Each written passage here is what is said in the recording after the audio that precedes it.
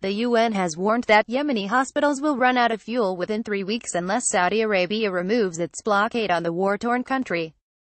On Wednesday, UN spokesman Farhan Haq stressed that fuel is critical to the hospitals for generating electricity as well as pumping and purifying water.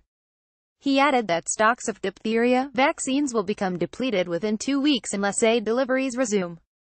Meanwhile, the UN Office for the Coordination of Humanitarian Affairs OCHA has announced that prices have soared in the Yemeni capital, Sana'a, since the Saudis tightened their blockade. On Tuesday, UN spokesman Farhan Haq stressed that 7 million people are already on the brink of famine, and the blockade will only bring them closer to it. Meanwhile, Yemen's Ministry of Human Rights has released a statement slamming the UN for its inability to pressure Riyadh into ending the blockade. A Yemeni man stands next to a navigation station at Sana'a International Airport that was destroyed in Saudi airstrikes on the Yemeni capital on November 15, 2017. It added that the UN's inaction amounts to a green light for the Saudis to continue with attacks on Yemen and violate international law.